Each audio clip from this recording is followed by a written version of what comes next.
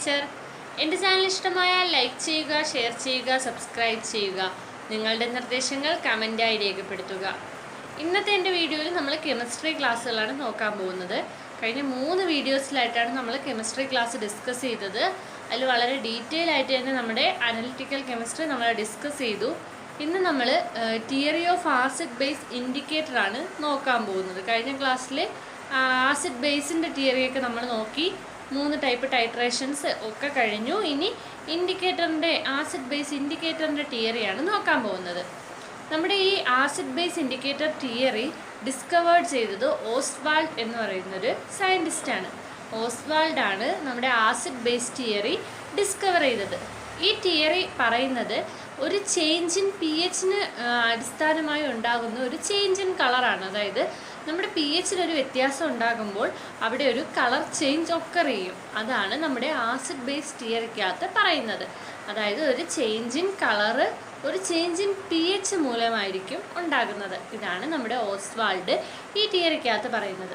ഈ തിയറി പ്രകാരം നമ്മുടെ ഹൈഡ്രജൻ എന്ന് പറയുന്നത് ഒരു വീക്ക് ഓർഗാനിക് ആസിഡോ ബേസോ ആയിരിക്കാം. നമ്മുടെ ഹൈഡ്രജൻ ഒരു വീക്ക് ഓർഗാനിക് ആസിഡോ ആവാം, ബേസോ ആവാം. ഇതിൽ നമ്മൾ വീക്ക് ഓർഗാനിക് ആസിഡിനെ HIN എന്നൊരു സിമ്പൽ കൊണ്ടാണ് സൂചിപ്പിക്കുന്നത്, HIN. അപ്പോൾ നമുക്കിതിൻ്റെ ഡിസോസിയേഷൻ എങ്ങനെയാണെന്ന് നോക്കാം. നമ്മുടെ ഈ HIN ഗീവ്സ് H++IN-. നോക്കാം, അവിടെ ഒരു ഹൈഡ്രജൻ ആറ്റം ലിബറേറ്റ് ചെയ്തിട്ടുണ്ട്. H++IN- എന്നാണ് നമുക്ക് ഈ HIN-നെ കിട്ടിയത്. ഇതൊരു റിവേഴ്സിബിൾ പ്രോസസ്സാണ്. ഈ IN-+H+ തിരിച്ച് HIN-ഉം ആവും. ഇതിൽ നമ്മുടെ HIN ആണ് അൺഅയണൈസ്ഡ് മോളിക്യൂൾ. ഈ അൺഅയണൈസ്ഡ് മോളിക്യൂളായിട്ടുള്ള HIN-ന് ഒരു കളറായിരിക്കും. നമുക്ക് കളർ 1 എന്ന് ഡിനോട്ട് ചെയ്യാം. HIN-നെ കളർ 1 എന്ന് ഡിനോട്ട് ചെയ്യാം. അത് അൺഅയണൈസ്ഡ് മോളിക്യൂളാണ്, അതിന് കളർ 1. ഇനി നമുക്ക് കിട്ടിയ H++IN-. അതിൽ ആ IN- ആണ് അയോൺ. അതിന് വേറൊരു കളറായിരിക്കും. അതിനെ നമുക്ക് കളർ 2 എന്നും കൊടുക്കാം. അപ്പോൾ നമുക്ക് ഈ ഇക്വേഷനിൽ നിന്ന് ഒരു കളർ 1ഉം കിട്ടിയിട്ടുണ്ട്, കളർ 2ഉം കിട്ടിയിട്ടുണ്ട്. ഇതിൻ്റെ ഇക്വിലിബ്രിയം എടുത്താൽ എങ്ങനെ വരും? KIN എടുത്താൽ എങ്ങനെയാണ് വരുന്നത്? Concentration of H+ ion into concentration of IN- ion divided by concentration of HIN. KIN എന്ന് പറയുന്നത് ഇൻഡിക്കേറ്റർ കോൺസ്റ്റൻ്റ് ആണ്. നമ്മുടെ അൺഅയണൈസ്ഡ് മോളിക്യൂളായിട്ടുള്ള HIN-നും അയണൈസ്ഡ് മോളിക്യൂളായിട്ടുള്ള IN-നും ഡിഫറെൻറ്റ് കളറായിരിക്കും.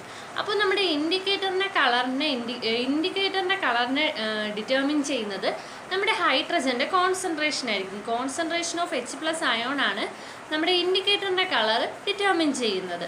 ഓക്കെ അല്ലേ? അപ്പോൾ ഇനി നമ്മൾ ഇത് 2 സൊല്യൂഷനിലും എങ്ങനെയായിരിക്കും എന്നാണ് നോക്കാൻ പോകുന്നത്. ആദ്യം നമ്മൾ അസിഡിക് സൊല്യൂഷനിലാണ് നോക്കാൻ പോകുന്നത്. അസിഡിക് സൊല്യൂഷൻ നോക്കുമ്പോൾ അവിടെ ഹൈഡ്രജൻ H+ അയോൺസ് എക്സസ് ആയിട്ട് കാണപ്പെടുന്നു. H+ അയോൺസ് എക്സസ് ആയിട്ട് നമ്മുടെ അസിഡിക് സൊല്യൂഷനിൽ കാണപ്പെടുന്നു.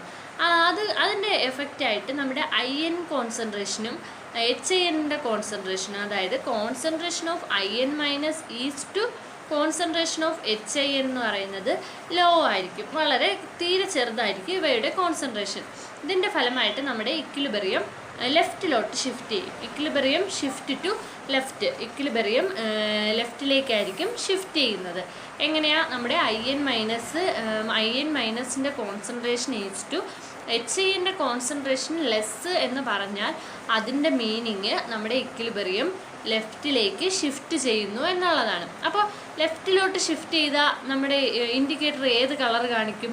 കളർ 1, അതായത് നമ്മുടെ HIN-ൻ്റെ കളറായിരിക്കും ഷോ ചെയ്യുന്നത്, അല്ലേ? നമ്മുടെ ഇക്വിലിബ്രിയം ലെഫ്റ്റിലോട്ട് ഷിഫ്റ്റ് ചെയ്യുന്നതിൻ്റെ ഫലമായിട്ട് നമ്മുടെ indicator show colour 1, colour first കളറായിരിക്കും ഇൻഡിക്കേറ്റർ കാണിക്കുന്നത്. ഇനി നമ്മൾ ഇത് ആൽക്കലൈൻ സൊല്യൂഷനിൽ എങ്ങനെയാണെന്നാണ് നോക്കാൻ പോകുന്നത്. അസിഡിക് സൊല്യൂഷനിൽ H+ ആണ് എക്സസ് ആയിട്ട് കാണപ്പെടുന്നത്. അപ്പോൾ ആൽക്കലൈൻ സൊല്യൂഷനിലാണെങ്കിലോ ആൽക്കലൈൻ സൊല്യൂഷനിൽ OH- ആയിരിക്കും എക്സസ് ആയിട്ട് കാണപ്പെടുന്നത്. ഈ OH- എക്സസ് ആയിട്ട് കാണപ്പെടുന്നതുകൊണ്ട് തന്നെ നമ്മുടെ ഹൈഡ്രജൻ അയോൺസ് എല്ലാം അതുമായിട്ട് ഫർണിഷ് ചെയ്ത് അൺഡിസോസിയേറ്റഡ് വാട്ടർ മോളിക്യൂൾ ഫോം ചെയ്യും. അൺഡിസോസിയേറ്റഡ് വാട്ടർ മോളിക്യൂൾ അവിടെ ഫോം ചെയ്യുന്നുണ്ട്. ഹൈഡ്രജൻ അയോൺസ് എല്ലാം നമ്മുടെ OH- അയോണുമായിട്ട് ഫർണിഷ് ചെയ്ത് അൺഡിസോസിയേറ്റഡ് വാട്ടർ മോളിക്യൂൾസ് അവിടെ ഉണ്ടാകുന്നു. ഇതിൻ്റെ ഫലമായിട്ട് നമ്മുടെ ഇക്വിലിബ്രിയം ഷിഫ്റ്റ് ടു റൈറ്റ്. റൈറ്റിലേക്ക് ഷിഫ്റ്റ് ചെയ്യും. അപ്പോൾ ഏത് കളറായിരിക്കും കാണുന്നത്? IN- കളർ, അതായത് കളർ 2 ആയിരിക്കും നമ്മുടെ ഇൻഡിക്കേറ്റർ കാണിക്കുന്നത്. ഈ ലെഫ്റ്റും റൈറ്റും അങ്ങോട്ടും ഇങ്ങോട്ടും തിരിഞ്ഞു പോകരുത്. അസിഡിക് സൊല്യൂഷനിൽ ഹൈഡ്രജൻ അയോൺ എക്സസ് ആയിട്ട് കാണുന്നത് കാരണം കോൺസെൻട്രേഷൻ ഓഫ് IN-HI എന്ന് പറയുന്നത് വളരെ ചെറുതായിരിക്കും. അതിൻ്റെ എഫക്റ്റ് ആയിട്ടാണ് നമ്മുടെ ഇക്വിലിബ്രിയം എങ്ങോട്ട് ഷിഫ്റ്റ് ചെയ്യുന്നത്? ലെഫ്റ്റിലോട്ട് ഷിഫ്റ്റ് ചെയ്യുന്നത്. ഇനി ഒരു ആൽക്കലൈൻ സൊല്യൂഷൻ എടുക്കുമ്പോൾ അവിടെ OH- ആണ് എക്സസ് ആയിട്ട് കാണപ്പെടുന്നത്. ഈ OH- എക്സസ് ആയിട്ട് കാണപ്പെടുന്നതുകൊണ്ട് തന്നെ നമ്മുടെ അവിടുത്തെ ഹൈഡ്രജൻ ഇതുമായിട്ട് ഫർണിഷ് ചെയ്ത് അൺഡിസോസിയേറ്റഡ് വാട്ടർ മോളിക്യൂൾ ഉണ്ടാകുന്നു. ഇതിൻ്റെ എഫക്റ്റ് ആയിട്ടാണ് നമ്മുടെ ഇക്വിലിബ്രിയം റൈറ്റിലോട്ട് ഷിഫ്റ്റ് ചെയ്യുന്നത്. റൈറ്റിൽ നമ്മുടെ അയണൈസ്ഡ് മോളിക്യൂൾ, അതായത് നമ്മൾ അയോണിൻ്റെ കളർ ആയിട്ടുള്ള കളർ 2 ആയിരിക്കും കാണിക്കുന്നത്. അപ്പം ഈ തിയറിയിൽ നമുക്ക് മെയിനായിട്ട് നോക്കാനുള്ള ഇതാണ്. അപ്പോൾ എന്താ, ഒരു സൊല്യൂഷൻ്റെ കളർ ചേഞ്ച് ഉണ്ടാകുന്നത് ആ സൊല്യൂഷനിലെ pH ചേഞ്ച് മൂലമാണെന്നറിയാം. നമ്മൾ ഈ ആസിഡിക് സൊല്യൂഷനിൽ നോക്കി, ആൽക്കലൈൻ സൊല്യൂഷനിൽ നോക്കി, അതിലെ ഇക്വിലിബ്രിയം ഇക്വേഷൻ നോക്കി.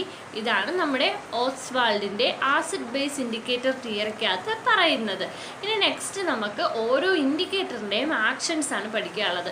ആക്ഷൻ ഓഫ് ഫിനോഫ്തലിനും പഠിക്കണം, ആക്ഷൻ ഓഫ് മീഥൈൽ ഓറഞ്ചും പഠിക്കാനുണ്ട്. അപ്പോൾ നമുക്ക് നെക്സ്റ്റ് അതിലേക്ക് കിടക്കാം. അപ്പോൾ നമുക്ക് എന്താണ് ആക്ഷൻ ഓഫ് ഫിനോഫ്തലിൻ എന്നുള്ളത് നോക്കാം. ആക്ഷൻ ഓഫ് ഫിനോഫ്തലിൻ എന്ന് പറയുന്നത് ഒരു കളർലെസ് ആയിട്ടുള്ള വീക്ക് ഓർഗാനിക് ആസിഡാണ്. ഇതൊരു വീക്ക് ഓർഗാനിക് ആസിഡാണ്, കളർലെസ് ആണ്. അപ്പോൾ ഇതിൻ്റെ ഡിസോസിയേഷൻ എങ്ങനെയാണെന്നുള്ളത് നോക്കാം. HPH gives H++ pH-. H+ഉം pH- ആവുകയാണ് ചെയ്യുന്നത്.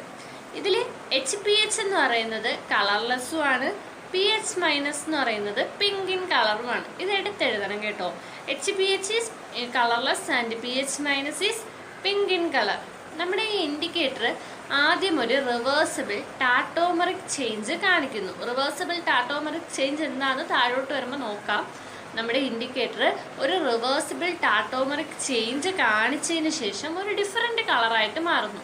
പിന്നെ ഇത് ഡിസോസിയേറ്റ് ചെയ്താണ് കളേർഡ് അയോൺ ഫോം ചെയ്യുന്നത്. അപ്പോൾ ടാറ്റോമറിക് ചേഞ്ച് കാണിക്കുന്നു, റിവേഴ്സിബിൾ ടാറ്റോമറിക് ചേഞ്ച് കാണിക്കുന്നു, അത് ഡിഫറെൻറ്റ് കളേർഡ് കോമ്പൗണ്ട് ആവുന്നു. അത് കഴിഞ്ഞിട്ടാണ് അത് കളേർഡ് അയോൺ ആവുന്നത്. അപ്പോൾ റിവേഴ്സിബിൾ ടാറ്റോമറിക് ചേഞ്ച് എന്ന് പറയുമ്പോൾ നമ്മുടെ ഈ HPH ആദ്യം HPH+ ആകുന്നു. ഈ HPH+ന് ഒരു കളർ കാണും. നമ്മുടെ കളർലെസ് ആയിട്ടുള്ള HPH ഒരു HPH+ ആയിട്ട് മാറുന്നു. അതിനൊരു ഡിഫറെൻറ്റ് കളറാണ്. ഇതാണ് റിവേഴ്സിബിൾ ടാറ്റോമറിക് ചേഞ്ച്. ഈ HPH+ ആണ് പിന്നീട് H+ഉം pH- ആവുന്നത്. ഈ HPH+, നമ്മുടെ HPH ആദ്യം HPH+ ആകുന്നു. അതിനൊരു കളറ് കാണും. ആ HPH+ ആണ് പിന്നീട് ഡിസോസിയേറ്റ് ചെയ്ത് H+ഉം pH- ആവുന്നത്. അവിടെയാണ് നമ്മുടെ pH- പിങ്ക് ഇൻ കളറ് ഉണ്ടാവുന്നത്. ഓക്കെ, അത് മനസ്സിലായില്ലേ? അത് സിമ്പിളാണ്. ആ ഒരു ഇക്വേഷനാണ് റിവേഴ്സിബിൾ ടാറ്റോമറിക് ചേഞ്ച് എന്ന് പറയുന്നത്. ഇനി ഇത് അസിഡിക് സൊല്യൂഷനിൽ എങ്ങനെയാണ്, ബേസിക് സൊല്യൂഷനിൽ എങ്ങനെയാണ് എന്നാണ് നമ്മൾ നോക്കാൻ പോകുന്നത്. അപ്പോൾ ആദ്യം അസിഡിക് സൊല്യൂഷനിൽ അസിഡിക് മീഡിയം എടുക്കുമ്പോൾ നമ്മുടെ H+ അയോൺസ് എന്ത് ചെയ്യും?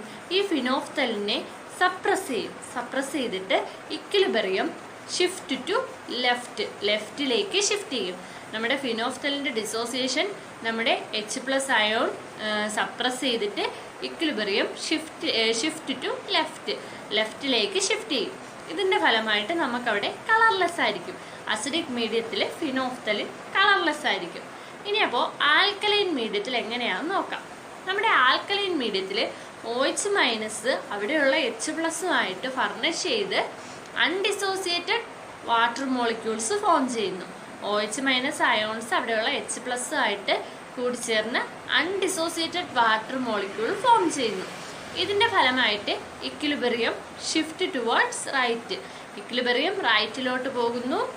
അപ്പോൾ ഏത് കളറായിരിക്കും ഷോ ചെയ്യുന്നത്? പിങ്ക് കളറായിരിക്കും ഷോ ചെയ്യുന്നത്. ഇതിൽ നിന്ന് നമുക്ക് എന്ത് മനസ്സിലാവാം? ആക്ഷൻ ഓഫ് ഫിനോഫ്തലിൻ എന്താണെന്ന് മനസ്സിലാക്കാം.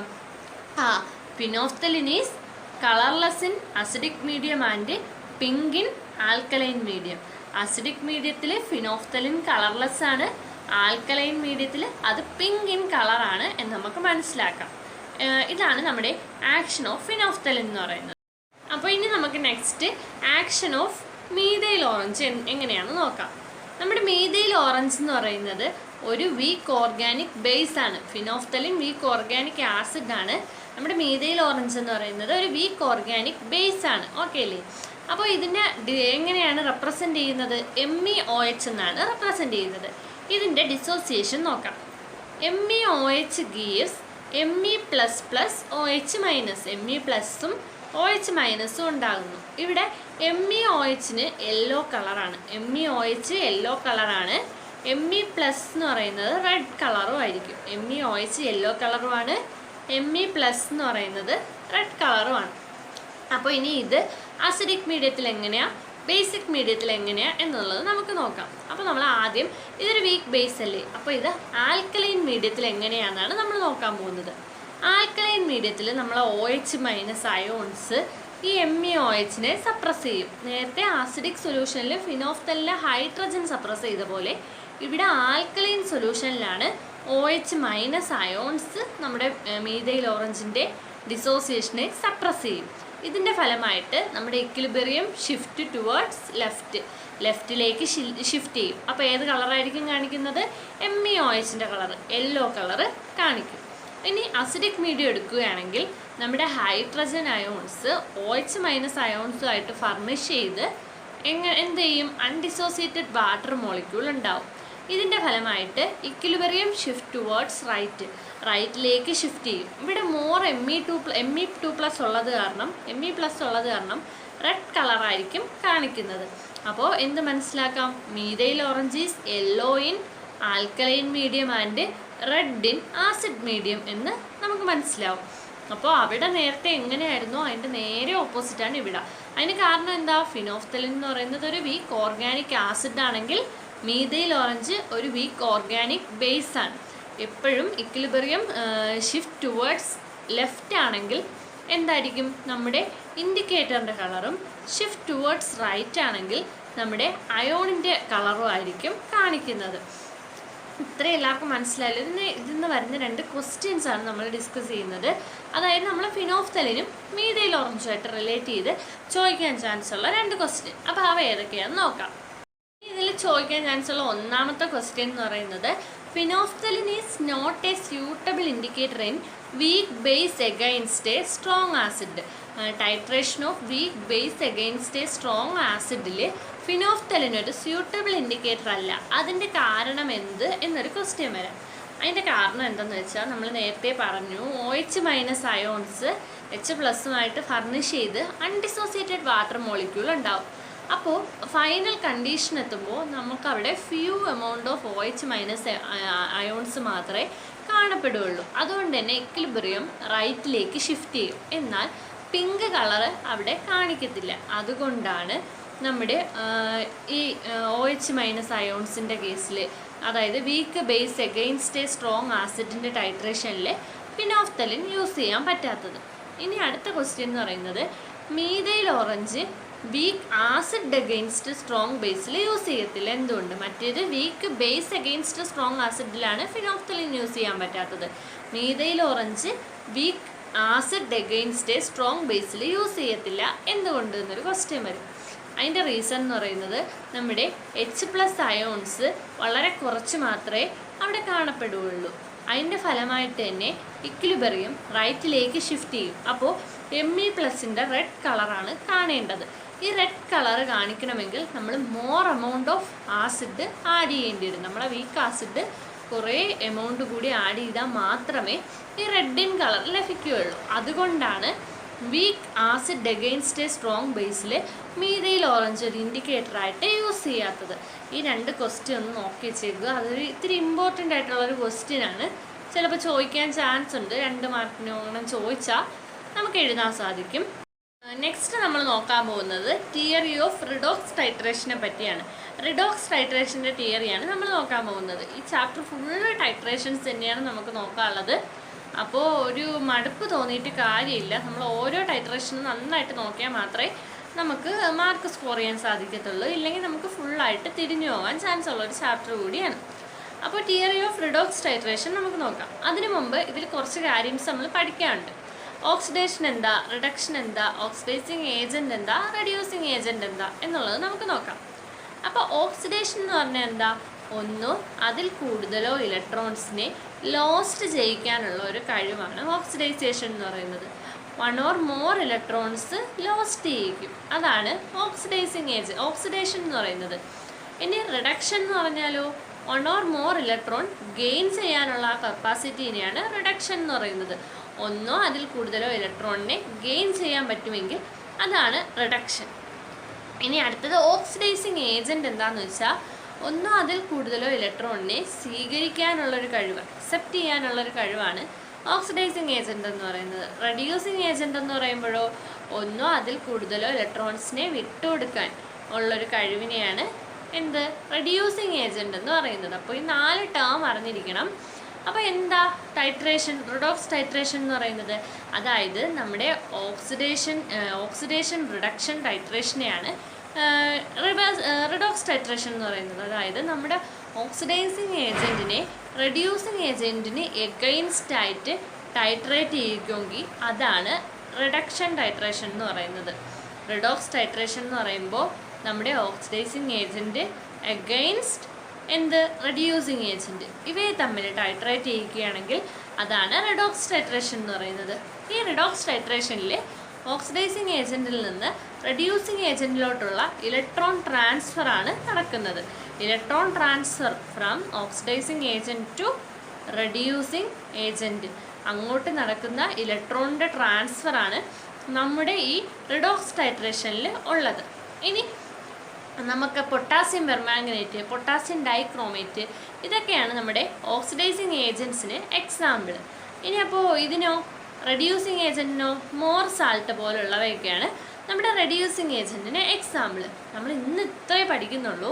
ഇനി നമുക്ക് പെർമാംഗനോമെട്രിക്കും അതുപോലെ തന്നെ ഡൈക്രോമാറ്റിക് ടൈട്രേഷനും ഒരുപാട് പഠിക്കാനുണ്ട്. അത് ഇന്നത്തെ ഈ വീഡിയോയിൽ ഉൾപ്പെടുത്താൻ സാധിക്കില്ല. അപ്പോൾ നെക്സ്റ്റ് ഒരു വീഡിയോയിൽ നമ്മൾ ഡീറ്റെയിൽ ആയിട്ട് തന്നെ